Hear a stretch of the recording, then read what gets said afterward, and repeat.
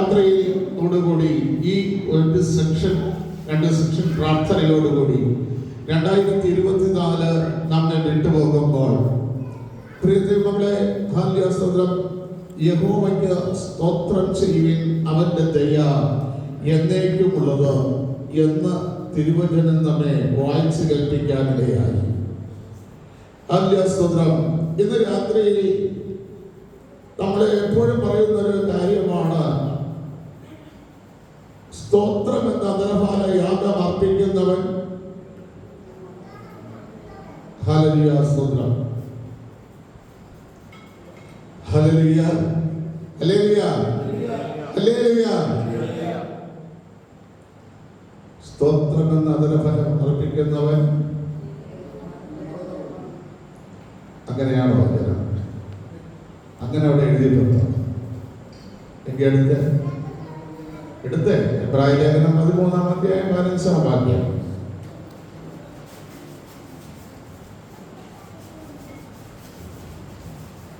Hallelujah, സ്തോത്രം.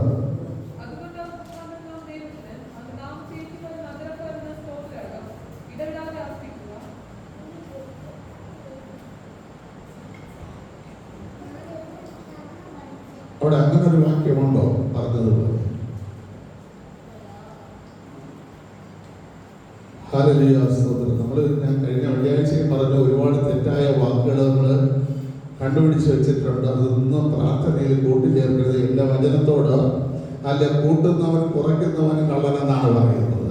നമ്മൾ ദൈവസന്നിധിയിൽ വന്നിട്ട് കള്ളരായി മാറരുത്. സ്തോത്രമെന്ന അന്തരഫലം അർപ്പിക്കുന്ന എന്റെ നാമത്തെ ഏറ്റുപറയുന്നു, എന്റെ നാമത്തെ ഏറ്റുപറയുക. യേശു കർത്താവ് തന്നെ ദൈവമെന്ന് ഏറ്റുപറയുക. യേശു കർത്താവ് തന്നെ ഏക രക്ഷകനെന്ന് ഏറ്റുപറയുക. യേശു കർത്താവ് തന്നെ പാപത്തിൽ നിന്ന് തന്നെ മോചിപ്പിക്കുന്നവനെന്ന് ഏറ്റുപറയുക.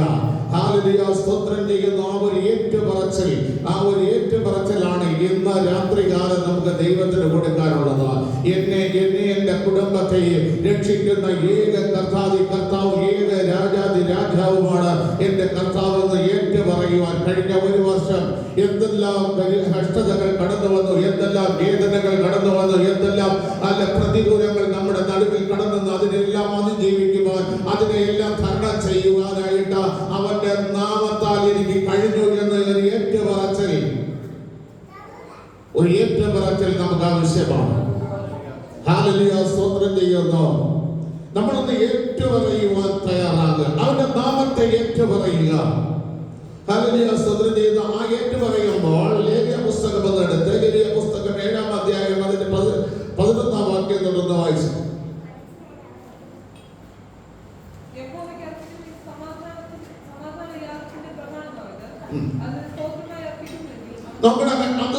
സമാധാന യാഗം ഏതിൽ തുടങ്ങും?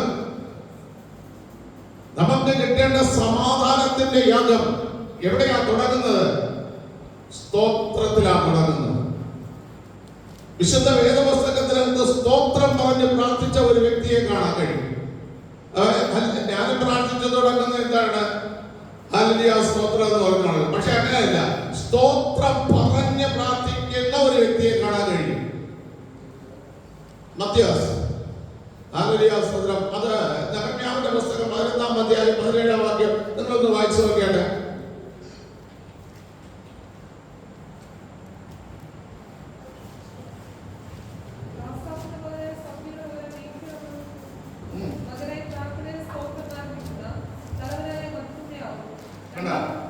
സ്തോത്രം പറഞ്ഞ് പ്രാർത്ഥന ആരംഭിക്കുന്ന വ്യക്തികൾ വിശുദ്ധ വേദപുസ്തകത്തിൽ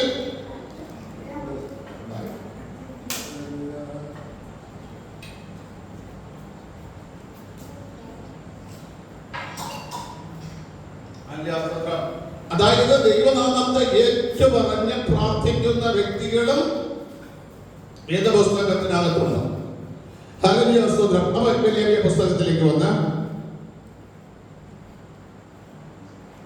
7:11 യഹോവയ്ക്ക് അർപ്പിക്കുന്ന സമാധാനയാഗം. നമ്മുടെ ജീവിതത്തിൽ, നമ്മുടെ കുടുംബത്തിനകത്ത് സമാധാനം വേണം. അതിനെ അർപ്പിക്കാൻ തുടങ്ങുന്ന ഒരു യാഗത്തിന്റെ ആദ്യത്തെ വസ്തുവാണ്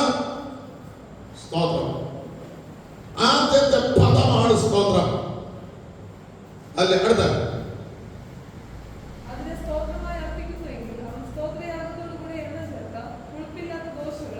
നോക്കണമേ, ആ സ്തോത്രം എന്ന അന്തരഫലയാഗം അർപ്പിക്കുന്നവന്റെ ഉള്ളിനകത്ത് ഒരു പുളിപ്പുണ്ടാകാൻ പാടില്ല, ഒരു ഉപദേശ പ്രസംഗം അവനുണ്ടാകാൻ പാടില്ല, ഒരു കപട ഭക്തി അവനുണ്ടാകാൻ പാടില്ല.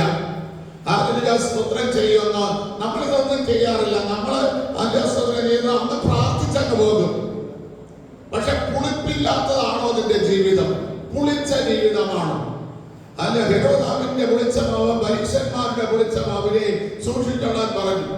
അത് നിങ്ങൾ ഉദ്ദേശിക്കുന്നത് പോലെ അപ്പം ഉണ്ടാക്കുന്ന മാവല്ല, അവരുടെ ഉപദേശത്തെ സൂക്ഷിച്ചുകൊള്ളാനാണ് കർത്താവ് പറഞ്ഞത്. അപ്പൊ നമ്മൾ സ്തോത്രം പറഞ്ഞ് പ്രാർത്ഥിക്കുമ്പോൾ ശരിക്കും പറഞ്ഞ പ്രിയ ദൈവങ്ങളെ, നമ്മളെ പ്രാർത്ഥിക്കാൻ ഒട്ടും യോഗ്യരല്ല. ഞാനും യോഗ്യരല്ല, നിങ്ങൾ യോഗ്യരല്ല.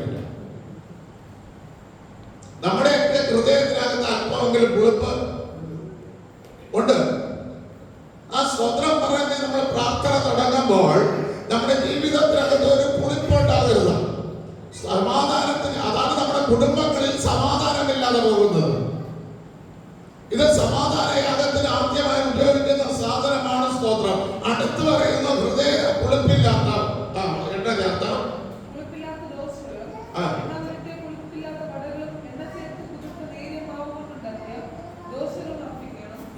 മൂന്ന് സാധനങ്ങൾ എണ്ണ ചേർത്ത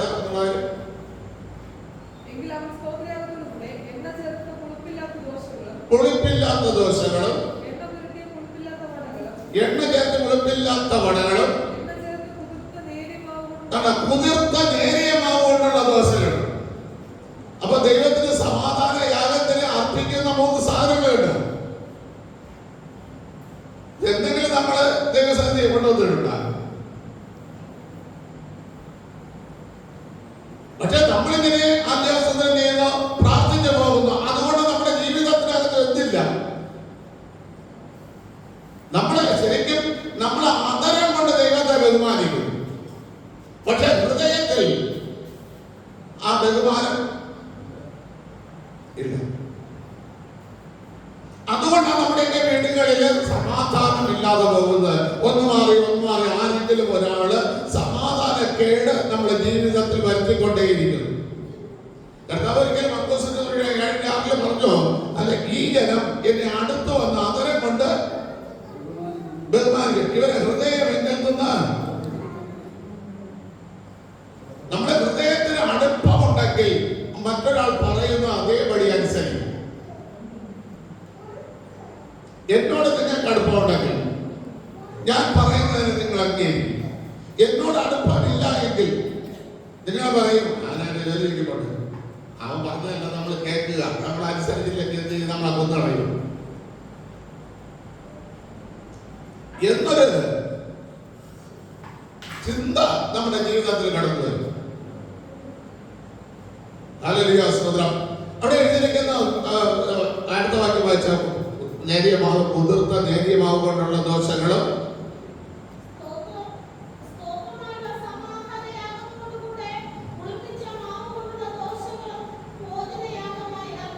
അത് ഭോജനയാഗത്തിന് അർപ്പിക്കേണ്ടതാണ്. ആദ്യ സ്തോത്രം. അടുത്ത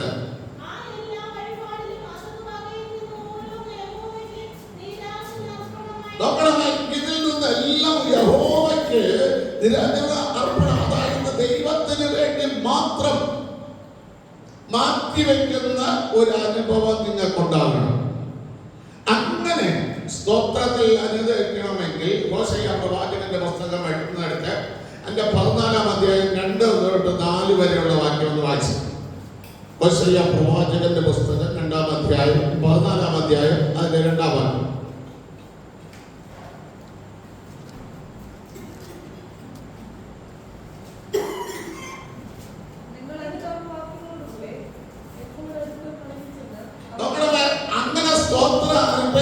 അവൻ വീട്ടിൽ തിരിക്കുമ്പോൾ തന്നെ അവന്റെ ഹൃദയത്തിനകത്ത് എന്തുണ്ടാകും?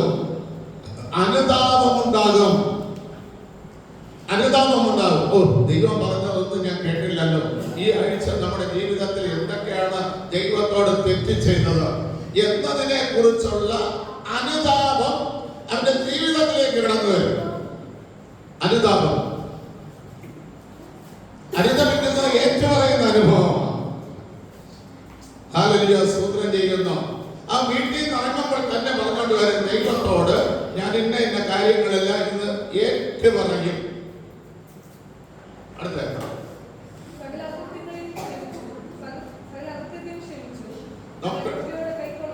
നോക്കണമേ, പറയണുണ്ട് അനുതാപത്തോടെ വന്നിട്ട് എന്റെ സകല അകൃത്യങ്ങളെയും ക്ഷമിച്ച് കൃപയോടെ കൈക്കൊള്ളണം. എന്നെ അർഹിക്കാത്ത എന്നെ ദൈവസന്നിധിയിൽ ഒരിക്കലും അർഹിക്കാൻ എനിക്ക് അവിടെ എത്തുവാൻ ഒരു അർഹതയുമില്ല.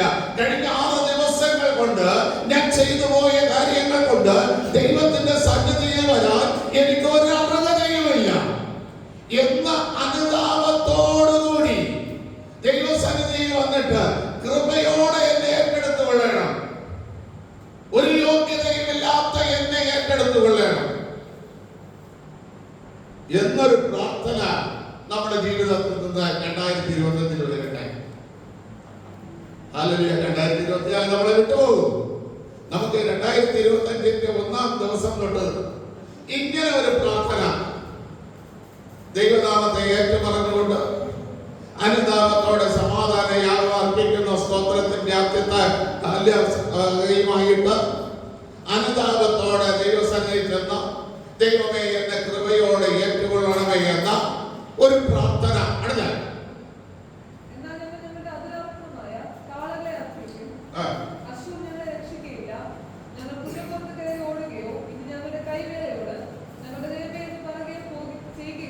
നോക്കണമേ, അവിടെ അടുത്ത് പറയുന്നത് എന്റെ അതരം എന്താണ്?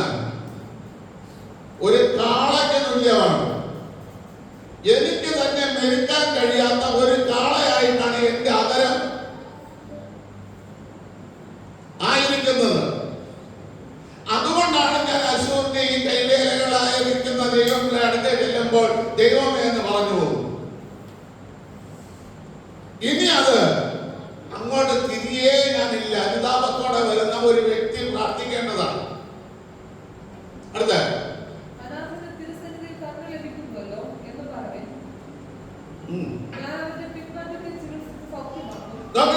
ഇങ്ങനെ അനാഥനും നിന്റെ സന്നിധിയിൽ കരുണ ലഭിക്കുന്നു എന്ന് പറഞ്ഞ് ഈ പ്രാർത്ഥന ദൈവസന്നിധിയിൽ നമ്മൾ പ്രാർത്ഥിക്കുമ്പോൾ ദൈവം എന്ത് ചെയ്യുമെന്ന് നമ്മളെ ചികിത്സിക്കാൻ തുടങ്ങും. എന്തിന്റെ ചികിത്സയാണ് ചെയ്യുന്നത്? പിന്മാറ്റത്തിൽ വന്ന രോഗങ്ങളെ ചികിത്സിക്കാൻ തുടങ്ങും. പിന്മാറ്റത്തിൽ വന്ന സാമ്പത്തിക ബുദ്ധിമുട്ടുകളെ ചികിത്സിക്കാൻ തുടങ്ങും. പിന്മാറ്റത്തിൽ കൂടെ വന്ന ജ്ഞാനമില്ലാതെ ബുദ്ധികേടുകളെ ചികിത്സിക്കാൻ തുടങ്ങും. പിന്മാറ്റത്തിൽ കൂടെ വന്ന ആ സമാധാനം കുടുംബത്തിനകത്ത് കിട്ടാത്ത കാര്യങ്ങളിൽ ചികിത്സിക്കാൻ തുടങ്ങും. ഏത് വിഷയത്തിലാണോ നിനക്ക് ചികിത്സ ആവശ്യം അത് ദൈവം ചെയ്തു തുടങ്ങും. മനസ്സിലായോ? നമ്മളിത് പറഞ്ഞാലേ ചികിത്സയുള്ളൂ. ഒരു രോഗി ചെന്ന് ഡോക്ടറോട് ചെന്ന് സംസാരിക്കുമ്പോൾ എന്റെ രോഗങ്ങൾ ഇന്നതാണെന്ന് ആ ഡോക്ടറോട് പറഞ്ഞാൽ മാത്രമേ ആ രോഗി ചെന്ന് പറയാണ് എനിക്ക് പനിയാണ്, ആ പനി വരുമ്പോൾ ചവയ്ക്കുകയാണ്. അയാൾ ആദ്യം എന്ത് ചെയ്യും? വാതറക്കാൻ പറയുമ്പോൾ ഒരു ടോർച്ച് എടുത്ത് വായിലോട്ടൊന്ന് അടിക്കും, ഇല്ലേ? അടിച്ച് നോക്കിയിട്ട് അയാൾ നെഞ്ചിൽ കുഴല് വയ്ക്കും. അല്ല, നമുക്ക് വേറെ കുറുക്കുവേല എന്ന് പറഞ്ഞാൽ ആ ഭാഗത്തല്ലേ പിടിക്കുള്ളൂ, നമ്മളെ പുറഭാഗം എന്ത് ചെയ്യാറില്ല. അപ്പൊ നമ്മളെ അകൃത്യം ഏറ്റ് ദൈവത്തോട് പറയുമ്പോൾ ദൈവം അതിന് തക്ക ചികിത്സ നമ്മളെ ചെയ്തോടാം. ആ പിന്മാറ്റത്തിൽ കൂടെ നമുക്ക് വന്ന ഏത് രോഗമാണ്, ഏത് പ്രതികൂലമാണ് നമുക്ക് വന്നത്, അതിനനുസരണമായ ഒരു ചികിത്സ ദൈവം നമുക്ക് വേണ്ടി ചെയ്യും. നമ്മളാരും അങ്ങനെ ഒരു ഏറ്റുപറച്ചിൽ നമ്മുടെ ജീവിതത്തിലില്ല. അതുകൊണ്ട് ദൈവം എന്ത് ചെയ്യാറില്ല? അങ്ങനത്തെ ചികിത്സയും ദൈവം ചെയ്യാറില്ല. ഹല്ലേലൂയ, സ്തോത്രം. അടുത്ത വാക്യം പഠിച്ചു.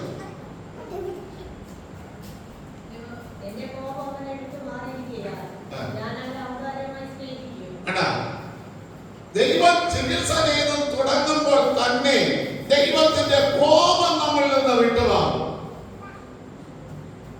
ദൈവത്തിന്റെ കോപം നമ്മളിൽ നിന്ന് വിട്ടുപോകും. ആ കോപം വിട്ടുമാറുമ്പോൾ ദൈവം ഔദാര്യമായിട്ട് നമ്മളെ സ്നേഹിക്കാൻ തുടങ്ങും. ഔദാര്യമായിട്ട്. ഞാൻ ചോദിക്കട്ടെ, ദൂർത്തപുത്രന്റെ കഥ നിങ്ങൾക്ക് എല്ലാവർക്കും അറിയാം അല്ലേ? ശരിക്കും ആ മകനെ കാത്തിരിക്കേണ്ട കാര്യമോ, ആ മോൻ വന്നപ്പോൾ നല്ലൊരു അങ്കി അവന് തച്ചു കൊടുക്കേണ്ട കാര്യമോ, അവന് ചെരുപ്പ് കൊടുക്കേണ്ട കാര്യമോ, അവന് മോതിരം ഇട്ട് കൊടുക്കേണ്ട കാര്യമോ, അവന് വേണ്ടി തടിച്ച കാളക്കുട്ടി അറുത്ത് ഒരു നല്ല വിരുന്നൊരുക്കേണ്ട കാര്യമോ പിതാവിനില്ല. ഉണ്ടോ? കാരണം എല്ലാം ഷെയർ വാങ്ങിച്ചോണ്ട് പെയ്യതാണ്. അപ്പൊ ഇപ്പം വന്നിരിക്കുന്നത് ഒരു കൂലിക്കാരനെ പോലെ എന്ന് കരുതണം. ഒരു കൂലിക്കാരനെ പോലെ, അതായത് ഒരു വേലക്കാരനെ പോലെ എന്ന് കരുതണം.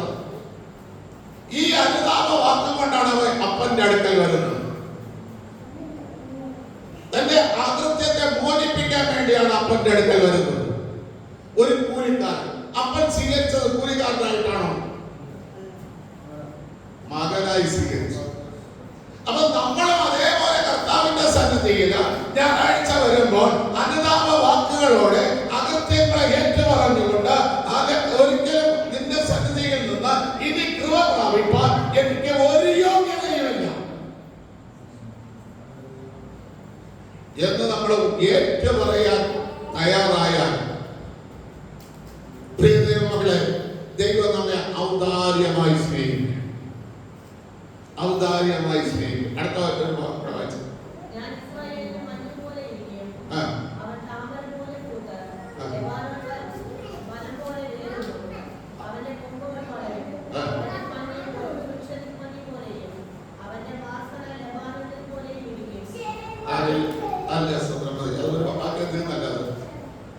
അപ്പൊ ഒന്നുകൂടെ ഒന്ന് സമാധാനത്തിൽ വായിക്കും.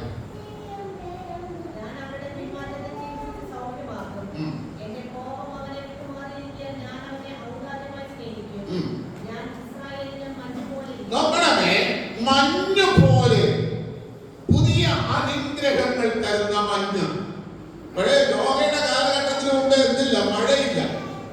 ഭൂമിയിൽ നിന്ന് മഞ്ഞ് പൊങ്ങി സസ്യങ്ങളെ നനപ്പിച്ചിരുന്നു. ആ മഞ്ഞ് പോലെ ഞാൻ ദൈവമക്കൾക്കായിരിക്കുമെന്ന്. എപ്പോഴും നിനക്ക് വെള്ളം വേണം, എപ്പോൾ നിനക്ക് ദാഹിക്കുന്നു, എപ്പോൾ നിന്റെ വേര് കെട്ടുപോകാതെ വേണം, നശിച്ചു പോകാതെ വേണം, അല്ലെങ്കിൽ ദ്രവിച്ചു പോകാതെ വേണം, നിനക്ക് വെള്ളം വേണമോ? അതേപോലെ ഞാൻ ഇരിക്കും, മഞ്ഞ് പോലെ ഇരിക്കും. അടുത്ത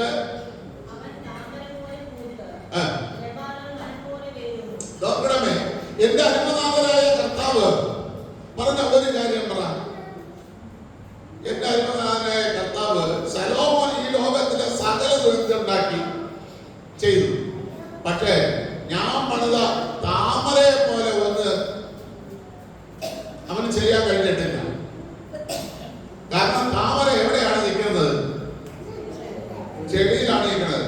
പക്ഷെ അതിന്റെ ഭംഗി എന്ന് പറയുന്നത് അതിൽ നിർത്തിയിരിക്കുന്ന ആ ചെടി, അതിനെ പുറത്ത് എവിടെയെങ്കിലും കാണാമോ? ഇത് ശലോമോന് കഴിഞ്ഞിട്ടില്ല. ഇവിടെ പല പദ്ധതികളും ശലോമോൻ ദൈവത്തോട് ജ്ഞാനം ചോദിച്ചു, ദൈവം ജ്ഞാനം കൊടുത്തു. ഇപ്പോഴുള്ള രാജാക്കന്മാർ, നിനക്ക് മുമ്പേ ഉണ്ടായിരുന്നവർ, ഇനി വരാൻ പോണവർക്ക് നിന്നെ പോലെ ജ്ഞാനവും ധനവും മാഹാത്മ്യവും ഉള്ള ഒരു രാജാവും ഇനി ഉണ്ടായിട്ടില്ല, ഇനി ഉണ്ടാകുകയില്ല. ആ ജ്ഞാനത്തിൽ നിന്ന് അവൻ എന്ത് ചെയ്തു? അനേക കുളങ്ങൾ കുഴിച്ചു, അനേക ഉദ്യാനങ്ങൾ ഉണ്ടാക്കി. ഞാനെല്ലാം എനിക്ക് കണ്ണിന് ആഗ്രഹിച്ചതെല്ലാം ഞാൻ എന്ത് ചെയ്തു? നേടി. പക്ഷേ ഈ ദൈവം സൃഷ്ടിച്ച താമരയെ പോലെ ഒന്ന് സൃഷ്ടിക്കാൻ അവന് മനസ്സിലായ. പക്ഷെ ദൈവം നമ്മെ ഔദാര്യമായി സ്നേഹിച്ചാൽ ആ താമരയായി നമ്മൾ മാറും. അനുതാപമായി ദൈവം നമ്മെ സ്നേഹിച്ചാൽ, ഏത് ചെളിക്കൂട്ടിലാണ് നമ്മൾ കിടക്കണമെങ്കിലും പുറത്ത് നമ്മൾ താമരയായിരിക്കും. മറ്റുള്ളവർക്ക് ഏറ്റവും ശ്രേഷ്ഠകരമായിരിക്കുന്ന ഒരു താമരയായി വിടരാൻ അനുതാപം മാത്രം മതി, ഒന്ന് ഏറ്റുപറയുന്ന അനുഭവം മാത്രം മതി നമുക്ക്. ഞാൻ ഇന്നത് ചെയ്തു പോയി. പലരും ഇന്ന് എപ്പോഴും പ്രാർത്ഥിക്കുമ്പോൾ ദൈവമേ രക്ഷിക്കണമേ എന്നൊക്കെ പറഞ്ഞ് പ്രാർത്ഥിക്കും. പക്ഷെ നമ്മുടെ കുറവുകളെ ഒന്നും എന്ത് ചെയ്യാറില്ല, എടുത്ത ദൈവസന്നിധി വെക്കാതെ ഇല്ല. അവിടെയാണ് പരാജയം. അടുത്ത വാക്ക് നോക്കണമേ. യോസേഫിനുള്ള അനുഗ്രഹത്തിൽ യോസേഫിനെ കുറിച്ച് പറയുന്നത്, ഞാൻ മിസ്രൈമിൽ നിന്ന് ഒരു മുന്തിരിവള്ളി കൊണ്ടുവന്നു, ഞാൻ നട്ടു, അത് വളർന്നു, അത് കൊമ്പുകൾ എന്ത് ചെയ്തു, മതിലിനപ്പുറം പടർന്നു. അതെന്തിനാ അങ്ങനെ എഴുതിയത്? യോസേഫിനെ നട്ടപ്പോൾ തന്നെ യോസേഫ് ഏതുവരെ പടരുമോ പടരാതിരിക്കാൻ വേണ്ടി ഒരു മതിലപ്പുറത്ത് എന്ത് ചെയ്തിട്ടുണ്ട്. അവൻ ജനിച്ച വളരെ മതില് കെട്ടി. കാരണം അവൻ വാഗ്ദത്തമുള്ളവനാണ്. യോസേഫ് ജനിക്കുന്ന സമയത്ത് റാഹേൽ പറഞ്ഞത് എന്താണ്? രണ്ട് കാര്യങ്ങൾ നടന്നിട്ടുണ്ട്. രണ്ട് കാര്യങ്ങൾ യോസേഫ് ജനിക്കുമ്പോൾ. ഒന്ന്, ദൈവം എന്നെ ഓർത്തു. അതെ, റാഹേലിനെ ഓർത്തു. രണ്ട്, ദൈവം എന്റെ നിന്നയെ നീക്കി. മൂന്ന്, എനിക്കിനി അടുത്ത് തരുന്നത് ആൺകുട്ടിയായിരിക്കും. മൂന്ന് കാര്യങ്ങൾ അവിടെ മറിയ റാഹേൽ ശക്തമായിട്ട് പറയുകയാണ്.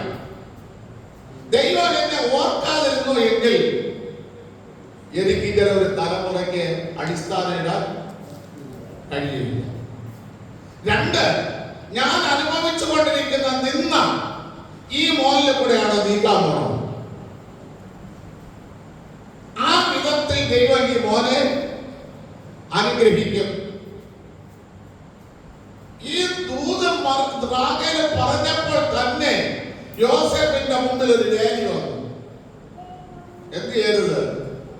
ഈ ദൂതിനൊപ്പം നീ പടരരുത്, ഈ ദൂതിനൊപ്പം നീ വളരരുത്, മതിലുകൾക്കപ്പുറം നീ പടരരുത്. പ്രിയ ദൈവമക്കളെ, ഞാൻ ഒന്ന് നിങ്ങളോട് പറയാം, നമ്മൾ രക്ഷിക്കപ്പെട്ട് സ്നാനപ്പെടുമ്പോൾ തന്നെ ദൈവത്തിന്റെ സന്നിധിയിൽ നമുക്കുള്ള വാഗ്ദത്തം അനുഗ്രഹിക്കുകയാണ്. ശരിക്കും പറഞ്ഞാൽ ഈ വാഗ്ദത്തങ്ങളൊന്നും കുറച്ച് പ്രാർത്ഥിക്കാതെ അല്ലെ. ഹബക്കൂക്കിന്റെ ലേഖനം, നീ നിന്റെ ദർശനങ്ങൾ ഒരു വലിയ പുസ്തകത്തിൽ എഴുതി നിനക്ക് ഓട്ടിച്ച് വായിക്കത്തക്ക രീതിയിൽ എഴുതി സൂക്ഷിച്ച് പുസ്തകത്തിൽ അവതരണം ചെയ്യണം. കാരണം വാഗ്ദത്തങ്ങളെ കുറിച്ച് പറയുകയാണ്. ഞാൻ ഇപ്പൊ പറയണം, ആരോമല്ലോ അഖിലിനോ അല്ലെങ്കിൽ അബിയക്കോ സ്ത്രീയക്കോ ഒക്കെ വാഗ്ദത്തം ഉണ്ടെന്ന് പറഞ്ഞൊക്കെ പ്രാർത്ഥിക്കണം. ഇത് തൊട്ടടുത്ത് ആരാ കേട്ടോണ്ടിരിക്കുന്നത്? അവ അപ്പം തന്നെ എന്ത് ചെയ്യും? ഇത് ഇവ പ്രാപിക്കരുത്. ദൈവം അങ്ങനെ ഇവൻ ഔദാര്യമായിട്ടൊന്നും കൊടുക്കരുണ്ട. ഇവനെ ഞാൻ വേലി കെട്ടിയാണ്. ഇവ എങ്ങനെ പടരുമെന്ന് എനിക്ക് അറിയണം. മനസ്സിലായ? യോസേഫിന് പടരാൻ ആ ഉൽപ്പത്തി പുസ്തകം ഒന്നെടുത്ത് 49-ാം അധ്യായം എന്റെ 22-ാം വാക്യം കൊണ്ട് വായിച്ചു. ദൈവം എവിടെ കണ്ടു? നീരുറവയുടെ ദൈവിക അനുഗ്രഹത്തിന്റെ നടുവിലാണ് ആരെ നട്ടത്? യോസേഫിനെ നട്ടത്. അതിന് കാരണം അടുത്തതായി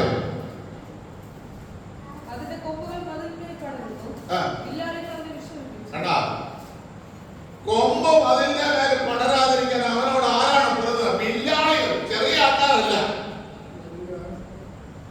നല്ല വീരന്മാരാണ് അവനോട് പൊരുതാനുള്ളത്. ദൈവിക വാഗ്ദത്തം ഒരിക്കലും ഇവൻ പ്രാപിക്കരുത്. ദൈവം പറഞ്ഞിരിക്കുന്ന അനുഗ്രഹം ഇവൻ പ്രാപിക്കരുത്. ബില്ലാളികൾ അവനോട് പൊരുതി വിഷമിപ്പിച്ചു.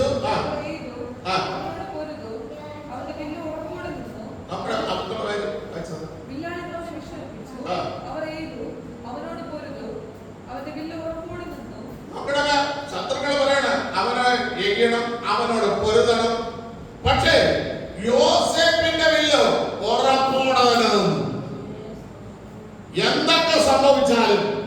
എന്തൊക്കെ പ്രതികൂലങ്ങൾ വന്നാലും ദൈവം പറഞ്ഞ വാഗ്ദത്തം ഞാൻ പിടിച്ചെടുത്തിട്ടാണ്. ദൈവം എന്നോട് പറഞ്ഞതിനെ ഞാൻ പ്രാപിക്കും. അതിന് എന്ത് വേണം അത് ഞാൻ ഒരുങ്ങും എന്ന തീരുമാനമാണ് യോസേഫിന്റെ ജീവിതത്തിൽ. യോസേഫിനുണ്ടായിരുന്ന ഒരു ക്വാളിറ്റി പറ, ഫറവോന്റെ വീട്ടിൽ, പോത്തിഫോറിന്റെ വീട്ടിലുണ്ടായിരുന്ന ഒരു ക്വാളിറ്റി, യോസേഫിനുണ്ടായിരുന്ന ഒരു ക്വാളിറ്റി.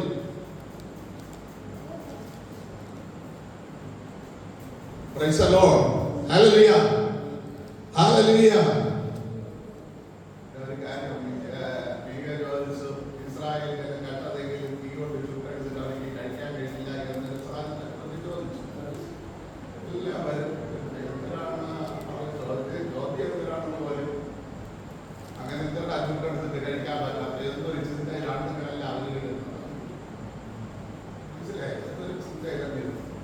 നമ്മൾ ഊഹിക്കുന്നത് ചിന്തിക്കുന്നതല്ല വിശുദ്ധ വേദപുസ്തകത്തിലെ കാര്യം.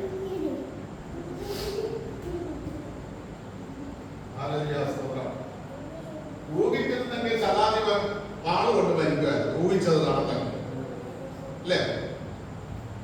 പൗലോസിനെ കാരാഗ്രഹത്തിൽ ഇട്ടിരുന്ന അല്ല ശതാധിപൻ എന്ത് ചെയ്തു? കാരാഗ്രഹമാണ് ഊഹിച്ച് വാളെടുത്ത് കുത്താൻ പറയാണ്, ഞാൻ ഇവിടെ ഉണ്ട്, ഞങ്ങൾ ഇവിടെ ഉണ്ട്, നീ മരിക്കൊന്നും വേണ്ട. അവന്റെ ഊഹമാണ് പലപ്പോഴും നമ്മളെ 3 സ്ഥലത്ത് എഴുതിയിട്ടുണ്ട് പ്രമാണ പുസ്തകത്തിൽ 5-ാം അധ്യായത്തിൽ. അതിലെ കൃഷിക്കാരന്റെ കാര്യം ചോദിച്ചത് 2 ദിവസം 26 അതിനകത്ത് ഉസിയാവ് പ്രബലപ്പെട്ടു. അഹങ്കാരം കൊണ്ട് അവന് നികളവും വന്നു. ഇതേ വാക്യം സഭാപ്രസംഗത്തിൽ എഴുതിയിട്ടുണ്ട്. കൃഷിക്കാരനായ രാജാവ് ദേശത്തിന്റെ നല്ലത്, ദേശത്തിന് നല്ലത് എന്ന് പറഞ്ഞ് ഇതേ വാക്കെടുത്ത് എഴുതിയിട്ടുണ്ട്. സ്തോത്രം. അപ്പൊ നമ്മളെ സ്തോത്രം ചെയ്യുന്നു. നമ്മൾ മനസ്സിലാക്കിക്കൊള്ളണം, ദൈവ മക്കൾ എവിടെ പടരുമെന്ന് പറയുന്നു അവിടെ മതിലും വരും. അവർ എയ്യും, അവർ പൊരുതും. പക്ഷേ യോസേഫ് എന്ത് ചെയ്തു? അവന്റെ വില്ല് ഉറപ്പോടെ നിന്നു. എന്താണ് ഉറപ്പോടെ നിന്നതാണ്? പോത്തിഫോറിന്റെ വീട്ടിനകത്ത് യോസേഫ് പറയുന്ന ഒറ്റ വാക്ക്, നിന്നെ മാത്രമാണ് എന്റെ കയ്യിൽ തരാത്തത്. അതിനർത്ഥം വേറെ ഒന്നുമല്ല, ദൈവം കൊടുക്കാത്തതൊന്നും ഞാൻ ഉപയോഗിക്കില്ല, ദൈവം എനിക്ക് തരാത്തതിന്റെ മേൽ ഞാൻ കൈവയ്ക്കില്ല, ദൈവം എനിക്ക് അനുഭവിക്കാൻ തരാത്ത ഒന്നും എനിക്ക് വേണ്ട. മനസ്സിലായോ? ദൈവം എനിക്ക് അനുഭവിക്കാൻ തരുന്നത് മാത്രം മതി എന്നൊരു ചിന്ത ആരുടെ മേൽ വന്നു? യോസേഫിന്റെ മേൽ. അതുകൊണ്ട് അവന് ഉറച്ചിരിക്കാൻ പറ്റി, അതുകൊണ്ട് അവന് പൊരുതാൻ പറ്റി. അടുത്ത കേട്ടാ, അവനെ ബലപ്പെടുത്തിയത് മുഴുവനും ദൈവമാണ്, മുഴുവനും ദൈവമാണ്. അവന്റെ ചിന്ത ദൈവത്തിന്റെ ഹിതപ്രകാരമുള്ളതായതുകൊണ്ട് ദൈവം അവനെ ബലപ്പെടുത്തി. യാക്കോബിന്റെ വല്ലഭന്റെ ഭുജബലത്താൽ അവൻ ബലപ്പെട്ടു. അടുത്ത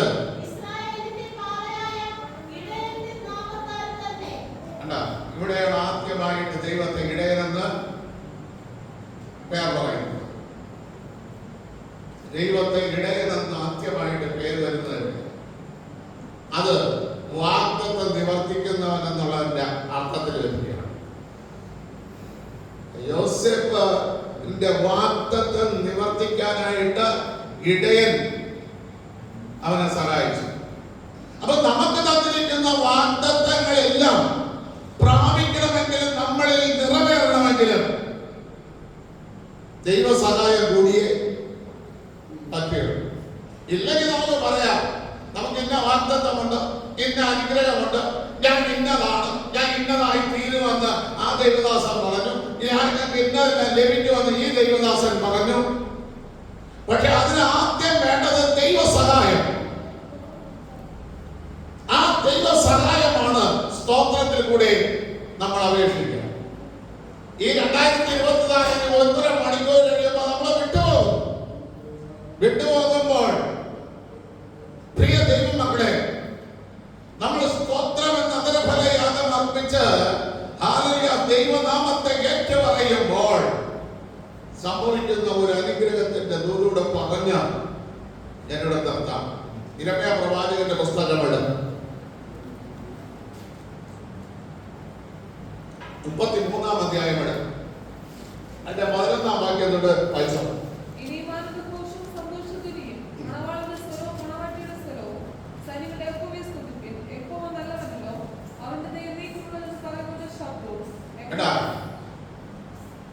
നമ്മുടെ വീടുകളിൽ മണവാളന്റെ സ്വരവും മണവാട്ടിയുടെ സ്വരവും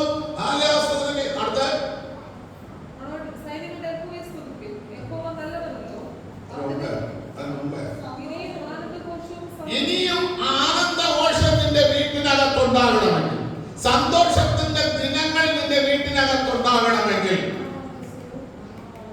മണവാളന്റെ സ്വരവും മണവാട്ടിയുടെ സ്വരവും നിന്റെ വീട്ടിനകത്തുണ്ടാകണമെങ്കിൽ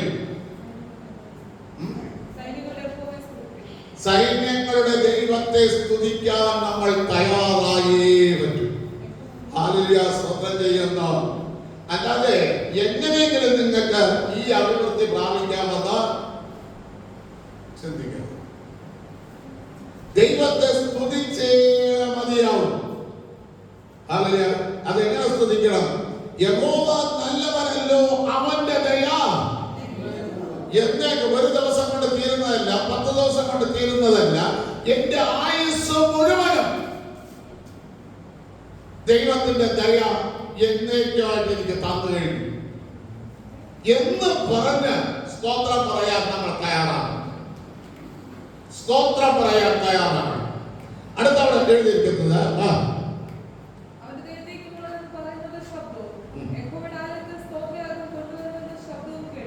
നോക്കണമേ, 2 കാര്യങ്ങൾ. ഒന്ന്, സ്തോത്രം ചെയ്യുന്നു. യഹോവയുടെ എന്ന് പറയുന്നവരുടെ, യഹോവ നല്ലവന്, യഹോവയുടെ ദയ എന്നേക്കുമുള്ളതെന്ന് പറയുന്നവരുടെ ശബ്ദവും. 2,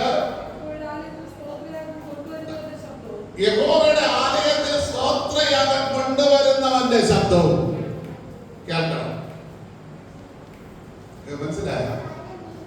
സ്തോത്രയാഗം ചുമ്മാ സ്തോത്രമല്ല, അതിന് യാഗത്തിന് 3 കൂട്ടം സാധനം നേരത്തെ എത്തിയത് വായിച്ചത് കേട്ടു. അത് ഇവിടെയുള്ള എത്ര ദൈവമക്കൾ അത് കൊടുത്തിട്ടുണ്ട്? 3 കൂട്ടം സാധനം. ഞാൻ ഒരിക്കൽ പറഞ്ഞു, നമ്മുടെ വീട്ടിനകത്ത് സമാധാനം വേണമെങ്കിൽ നേരിയ മാവ് കൊടുക്കണം. എസ്കേൽ പ്രവാചകന്റെ പുസ്തകത്തിലുള്ളതാണ്. നേരിയ മാവ് യാഗമായിട്ട് കൊടുക്കണമെന്ന്. ഹല്ലേലൂയ, സ്തോത്രം. അപ്പോഴാണ് നമ്മുടെ വീട്ടിനകത്ത് സമാധാനം ദൈവം തരുന്നത്. ഇവിടെ ലേവ്യ പുസ്തകത്തിൽ വായിച്ചു, കുതിർത്തെടുത്ത മാവിന്റെ നേരിയ മാവ്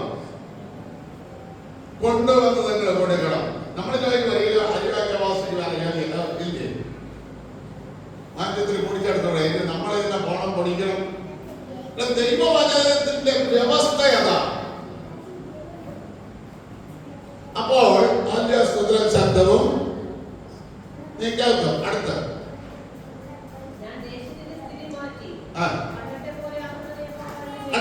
ഞാൻ ദേശത്തിന്റെ സ്ഥിതി മാറ്റി, പണ്ട് നിന്റെ അനുഗ്രഹത്തിൽ നിനക്കുണ്ടായിരുന്നത് പോലുള്ള അനുഗ്രഹം ഞാൻ നിനക്കുന്നത്. പക്ഷെ ഇത്ര എന്തിനാണ് കാര്യം? നടക്കുമ്പോഴാണ് നമ്മളെ സ്ഥിതി ദൈവം മാറ്റുന്നത്. ഹല്ലേലൂയ, സ്തോത്രം ചെയ്യുന്നു. അല്ല, പണ്ടത്തെ പോലെയാണ് എന്ന് യഹോവയുടെ അരുളപ്പാട്. അടുത്ത വാക്യം.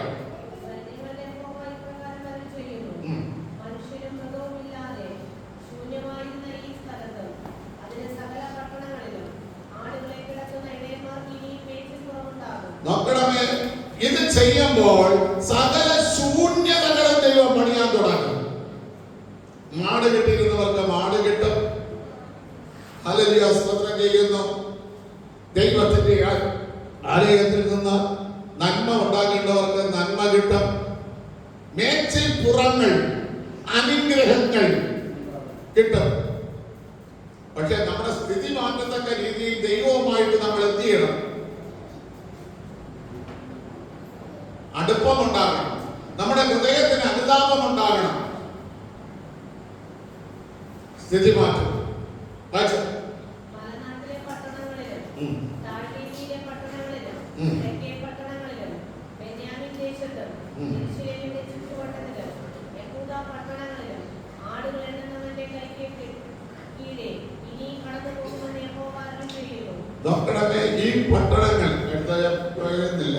അതിന്റെ ഈ പട്ടണങ്ങളില്ല ആടുകളെ എണ്ണിക്കൊണ്ടിരിക്കുന്നവരുണ്ട്. ആലയത്തിനകത്ത് എത്ര പേരുണ്ട് എന്ന് എണ്ണുന്നവർ, എത്ര പേർ വന്നിട്ട് പോണെന്ന് എണ്ണുന്നവർ. അവിടെ ആലയത്തിൽ ആളുണ്ട്, അവിടെ 5-6 ആള് ഉണ്ട്.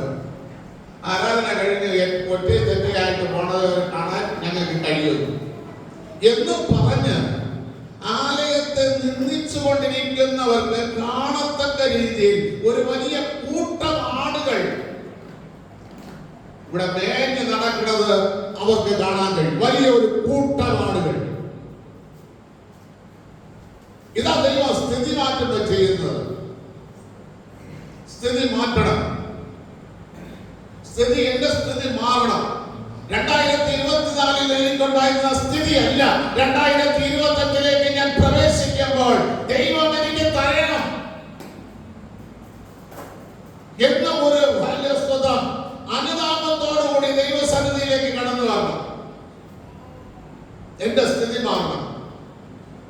എനിക്ക് എവിടെയാണോ ആലയസ്തോത്രം ചെയ്യുന്ന പിന്മാറ്റത്തിൽ കൂടെ വന്ന പ്രതികൂലം ആഞ്ഞടിച്ചത്, രോഗമാണോ, സാമ്പത്തിക ബുദ്ധിമുട്ടാണോ, കുടുംബത്തിനകത്ത് സമാധാനമില്ലാതെയാണോ, എന്റെ തലമുറയ്ക്ക് നല്ല വിദ്യാഭ്യാസമില്ലാതെയാണോ, എന്റെ തലമുറ വിദ്യാഭ്യാസം കഴിഞ്ഞിട്ട് നല്ല ജോലി കിട്ടാതെയാണോ, ഏതിലാണ് നിനക്ക് ചികിത്സ വേണ്ടത്?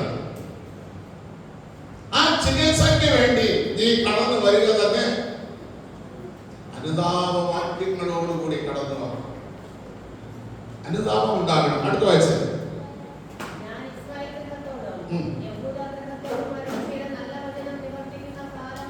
കണ്ട എന്താ യഹൂദാ ഗ്രഹത്തോടും ഇസ്രായേൽ ഗ്രഹത്തോടും ദൈവം അരുളി ചെയ്ത നല്ല വചനം. നല്ല വചനം. യഹൂദാ രാജാവായിരിക്കുന്ന ഹിസ്കിയാവിനോട് ദൈവം നല്ലൊരു വചനം പറഞ്ഞു. എന്താ നല്ല വചനം പറഞ്ഞത്? ഹലോ, എന്താ നല്ല വചനം പറഞ്ഞത്? ഹിസ്കിയാവിനോട് നല്ല വചനം ദൈവം എന്താ പറഞ്ഞത്?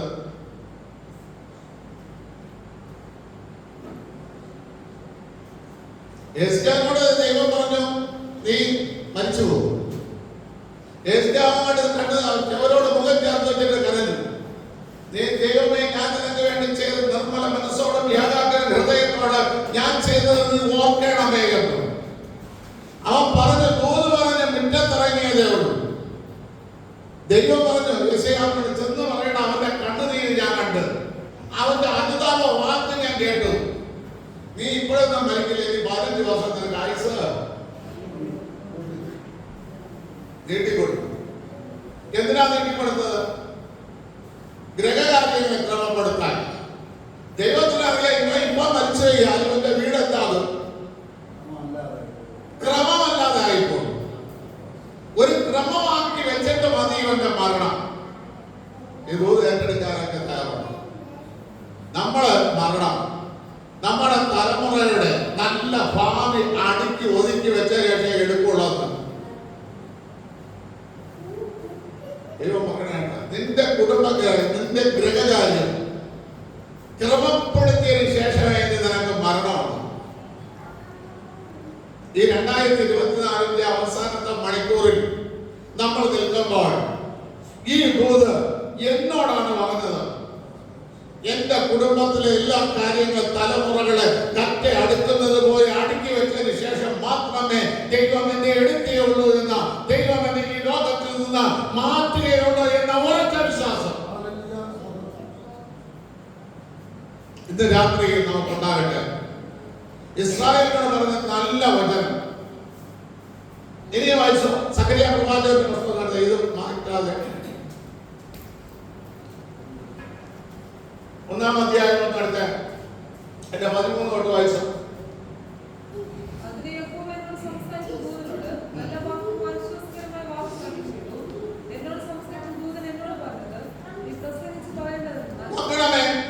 ഇസ്രായേൽ ജനത്തിനോട് അല്ല ദൈവം പറയുകയാണ്. എന്താ 13 വാക്യം.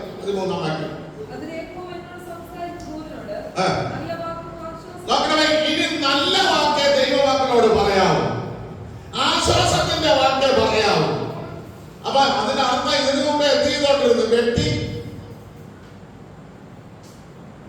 വെട്ടി മുറിച്ചുള്ള പ്രസംഗമായിരുന്നു അല്ലേ? ദൈവം പറയണേ, എന്റെ വായിലെ വാക്കുകൊണ്ട് ഞാൻ അവരെ വെട്ടി, എന്റെ വചനം കൊണ്ട് ഞാൻ അവരെ കൊന്നു എന്നുള്ള ശുശ്രൂഷയാണ് നടന്നുകൊണ്ടിരുന്നത്. എന്നാൽ ഇപ്പോൾ ദൈവം പറയുമ്പോ അവരോട് നല്ല വാക്കും ആശ്വാസ വാക്കും, അവരെ വേദനിപ്പിക്കാത്ത വാക്കും നീ അവരോട് എന്ത് ചെയ്യണം? പറയണം. കാരണം ഈ ജനത്തോട് എനിക്ക് കരുണ തോന്നി തുടങ്ങി. ഇന്ന് രാത്രി, ഈ രാത്രി നിങ്ങൾക്ക് അത് വിശ്വസിക്കാമോ? ഈ രാത്രി, ഈ 2024 വിട്ടുപോകുന്നത് ദൈവത്തിന്റെ കരുണ ഞാൻ അനുഭവിക്കാൻ തക്കവണ്ണം ദൈവത്തിന്റെ കരുണ എന്നിലേക്ക് വരികാൻ പോവുകയാണ്. ഇന്നലെ വരെ ആശ്വാസവാക്ക് പറയാത്ത, ആദരവോട് സംസാരിക്കാത്ത എന്നോട്, എന്നെ കാണുന്നവരല്ല, എന്നെ കേൾക്കുന്നവരല്ല, ആദരവോട് സംസാരിക്കാനും ആശ്വാസം പറയുവാനും ഇടയാണ്. അടുത്ത വാക്യം വെച്ചു.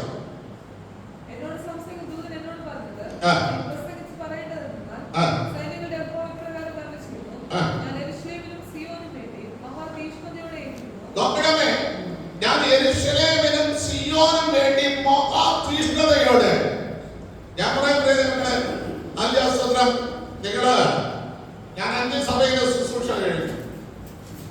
ദൈവം എന്നോട് ബവാമല ചർച്ചിലിരിക്കുമ്പോ പറഞ്ഞു, എന്നോട് എന്റെ മേഖലയൊക്കെ പണിത് കഴിഞ്ഞപ്പോ ദൈവാത്മാവ് എന്നോട് പറഞ്ഞു, ഇത് എത്ര പണിതിരുന്നാലും ഉണക്ക മനുഷ്യനെ കമ്പിലാണ് ഇതിന്റെ അടിസ്ഥാനം.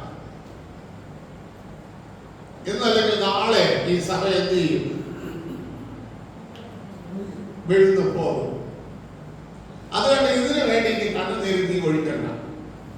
സത്യമായി മുൻപിൽ നിന്നാണ് പറയാം. ഞാൻ അവിടുത്തെ സഭയിലുണ്ടായിരുന്നവനാണ് ഡോണോട് ഞാൻ ഇത് ഒരുപാട് പ്രാവശ്യം പറഞ്ഞു. പക്ഷേ പെരുന്നാൾ ഞങ്ങൾ തമ്മിൽ സംസാരിക്കുമ്പോൾ ഞാൻ പറഞ്ഞു, അങ്ങനെ ഒരു കാഴ്ചപ്പാട് ഈ സഭയ്ക്കില്ല. ഇനിയും ഈ സഭയെ പണിയാൻ ദൈവം ആഗ്രഹിക്കുന്നു. ഇനിയും ഈ സഭയെ അഭിവൃദ്ധിയിലേക്ക് കൊണ്ടുവരാൻ ദൈവം ആഗ്രഹിക്കുന്നു. ദൈവം പൊളിക്കുന്ന സഭയുമുണ്ട്, പണിയുന്ന സഭയുമുണ്ട്. സത്യമായിട്ട് ദൈവമക്കളെ പറയുന്നത്, നിങ്ങൾ വിശ്വസിക്കാനില്ലെങ്കിൽ 2025 ഈ സഭയ്ക്ക് മാറ്റം ദൈവം തരും. മറ്റൊരു തലത്തിലേക്ക് ദൈവം ഈ സഭയെ കൊണ്ടുപോകാൻ ചെയ്യും. കാരണം ഇത് ഇടിച്ചു കളയാൻ ദൈവത്തിന് പ്ലാനില്ല, ഇതിനെ നശിപ്പിച്ചു കളയാൻ ദൈവത്തിന് പദ്ധതിയുമല്ല. ഇവിടെയുള്ള ദൈവജനത്തെ ഉപേക്ഷിച്ച് കളയാൻ ദൈവം ആഗ്രഹിക്കുന്നുമില്ല. അതുകൊണ്ട് ദൈവം പണിയും. ഹല്ലേലൂയ, സ്തോത്രം. ഇതൊക്കെ നിങ്ങൾ കുറിച്ചിട്ടോ? ഇത് അങ്ങനെ ഇടിഞ്ഞു പോകില്ല. ഇതിന്റെ പിന്നിൽ കണ്ണുനീരുണ്ട്, ഇതിന്റെ പിന്നിൽ വേദനകൾ അനുഭവപ്പെട്ട മുഹൂർത്തങ്ങളുണ്ട്. അതുകൊണ്ട് ഇതെന്തിയില്ല, പൊളിയില്ല, ഇടിയുമില്ല. ഇടിയുന്ന സഭകളുണ്ട്, നശിപ്പിക്കുന്ന സഭകളുണ്ട്. ദൈവം അടുത്ത വെച്ചോ.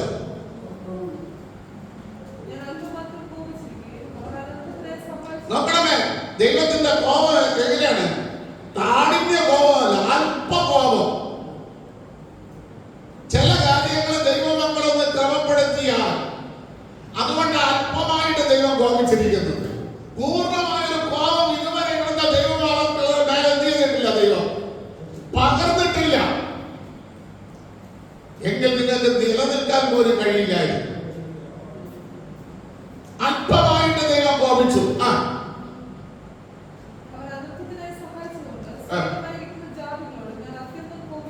നമ്മുടെ ദൈവം അല്പം കോപിച്ചപ്പോൾ നമുക്ക് ചെറിയ അനർത്ഥങ്ങൾ വന്നു. അപ്പൊ ജാതികൾ എന്ത് ചെയ്തു? അനർത്ഥത്തെ ഒട്ടിഘോഷിക്കും. നീ അറിയാം, അവിടെ പ്രാർത്ഥിക്കാൻ പോണവന്റെ വീട്ടില് ഇന്നത് സംഭവിച്ചു, അവിടെ പോണവന്റെ വീട്ടില് ഇന്നതാണ് നടക്കുന്നത് എന്ന് അവർ കൊട്ടിഘോഷിച്ചു.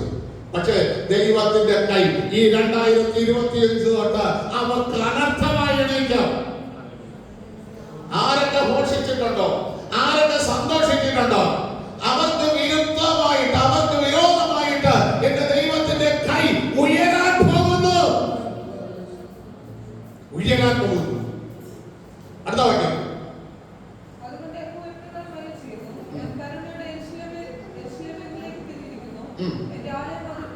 നോക്കണമേ, ദൈവത്തിന്റെ കരുണയാണ് ഇനി ആലയം പണിയാൻ പോണത്. അല്ലാതെ മനുഷ്യന്റെ ഇഷ്ടത്തിലല്ല, മനുഷ്യന്റെ പണത്തിന്റെ പുറത്തല്ല, മനുഷ്യന്റെ പ്രൗഢിയിലല്ല ആലയം പണിയാൻ പോകുന്നത്. ദൈവത്തിന്റെ കരുണയിൽ. ഹല്ലേലൂയ, ഹല്ലേലൂയ. അടുത്ത വാക്യം വായിച്ചു.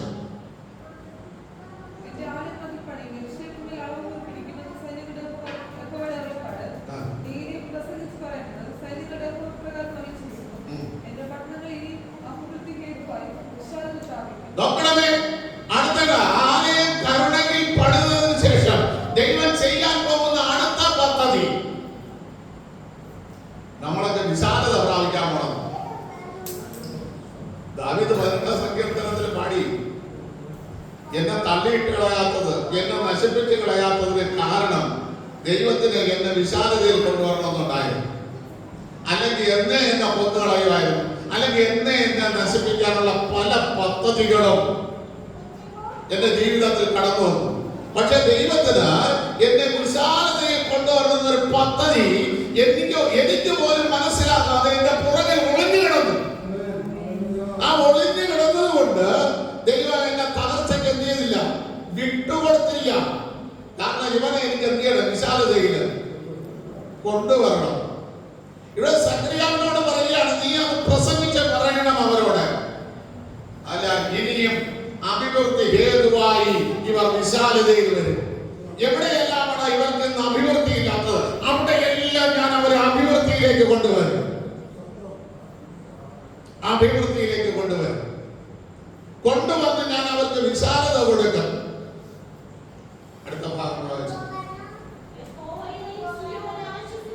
കേട്ടാ, അഭിവൃദ്ധി മാത്രമല്ല, കരഞ്ഞുകൊണ്ടിരിക്കുന്ന വിഷയങ്ങൾക്ക് ഒരു ആശ്വാസം. അഭിവൃദ്ധി മാത്രമായിട്ടല്ല ദൈവം തരുന്നത്. ഞാൻ പലപ്പോഴും പ്രാർത്ഥനയ്ക്കൊക്കെ മീറ്റിങ്ങിന് പോകുമ്പോൾ ഞാൻ പറയാറുണ്ട്, കുറെ പണവും തന്നിട്ട് ഒരു രോഗം കൂടെ തന്നാൽ നല്ല പ്രയോജനം ഉണ്ടാകും. അത് നമുക്ക് തന്നാൽ എവിടെ കൊണ്ടുവന്ന് കൊടുക്കും? ഇവിടെ ദൈവം പറയുന്നു ആശ്വാസം. ഞാൻ നിനക്ക് അഭിവൃദ്ധി തരുന്നത് നിനക്ക്, നിന്റെ ഭാര്യയ്ക്ക്, നിന്റെ മക്കൾക്ക് കഴിക്കാൻ, അല്ലാതെ ഡോക്ടർക്ക്, മെഡിക്കൽ സ്റ്റോറുകാരന് കഴിക്കാനല്ല. ഞാൻ അഭിവൃദ്ധി നൽകും. ഹല്ലേലൂയ, സ്തോത്രം ചെയ്യുന്നു. ഇത് അത്രയും പ്രിയ ദൈവങ്ങളെ, ഈ അഗാധമായി കിടന്ന ദൂതുകള് നമ്മൾ ഏറ്റെടുത്ത ദൈവത്തോട് നന്ദിയുള്ളവരാണ്. അവരോട് ഞാൻ കരുണ കാണിച്ച് അഭിവൃദ്ധി വരുത്തി വിശാലതയിൽ കൊണ്ടുവന്നിട്ട് സിയോനോട്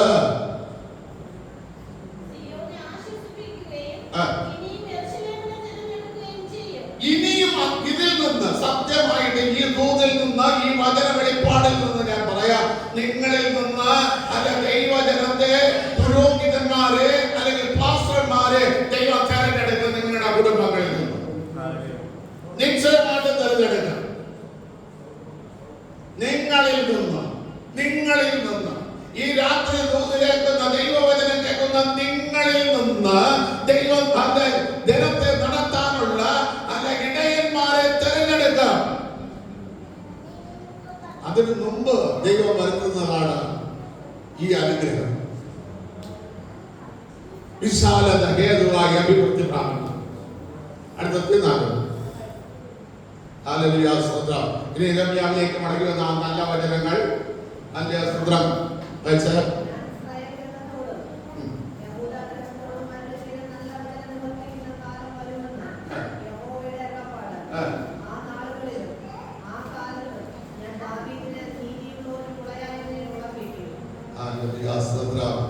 നല്ല വചനം നിവർത്തിക്കാൻ ദാവീദിന്റെ മുളയായവനെ നിങ്ങളുടെ വീടുകളിൽ ദൈവം മുളപ്പിക്കും. അവൻ നീതിയോടും ന്യായത്തോടും കാര്യങ്ങൾ ക്രമപ്പെടുത്തും. ഇന്ന് രാത്രിയിൽ പ്രിയ ദൈവമക്കളെ ഈ ദൂതിനെ ഏറ്റെടുത്തുകൊണ്ട് അല്പസമയം കരങ്ങൾ അടിച്ചുകൊണ്ട് ദൈവത്തിന് മഹത്വം കൊടുത്തുകൊണ്ട് പറ ഹല്ലേലൂയ ഹല്ലേലൂയ ഹല്ലേലൂയ. ദൈവമേ, ഇന്ന് രാത്രിയിൽ ഈ 2024 രാത്രിയിൽ ഞങ്ങൾ കേട്ട ദൂത് ഒരിക്കലും നഷ്ടപ്പെട്ടു പോകാതെ ഞങ്ങൾ അടുത്ത 2025 അഭിവൃദ്ധിയിലേക്ക് കടന്നു വരുമ്പോൾ അഭിവൃദ്ധി ഹേതുവായിട്ട് ഞങ്ങൾ വിശാലത പ്രാപിക്കുവാൻ തക്കവണ്ണം ഈ കേട്ട വചനങ്ങളെ ഞങ്ങൾക്ക് അതീവ ഗുണത്തോടെ അതീവമായിരിക്കുന്ന അനുഗ്രഹത്തോടെ ഞങ്ങൾക്ക് പകർന്നു തരുവാൻ തക്കവണ്ണം ദൈവത്തിന്റെ പരിശുദ്ധാത്മാവ് ഇന്നും രാത്രിയിൽ സഹായിക്കട്ടെ. ദൈവം അനുഗ്രഹിക്കട്ടെ. ദൈവം പ്രവൃത്തി വെളിപ്പെടട്ടെ. യേശുവിന്റെ നാമത്തിൽ ഈ രാത്രിയിൽ പ്രാർത്ഥിക്കുന്നു. ഹല്ലേലൂയ. അത്ഭുതം നടക്കട്ടെ, അടയാളങ്ങൾ നടക്കട്ടെ, വിശാലതകൾ പ്രാപിക്കട്ടെ. എന്റെ ദൈവം ഇതിന് ഔദാര്യമായി ചികിത്സ ചെയ്യണമേ. Hallelujah hallelujah hallelujah. ദൈവകൃപ ദൈവകൃപ ദൈവകൃപ ഈ രാത്രി പകർന്നു തരണമേ. ഈ രാത്രി പകർന്നു തരണമേ. സ്തോത്രമെന്ന അപരഫല യാഗം അർപ്പിക്കുവാൻ തക്കവണ്ണം ദൈവത്തിന്റെ പ്രവൃത്തി എന്നിൽ വെളിപ്പെടട്ടെ. തലമുറകൾ അനുഗ്രഹിക്കട്ടെ.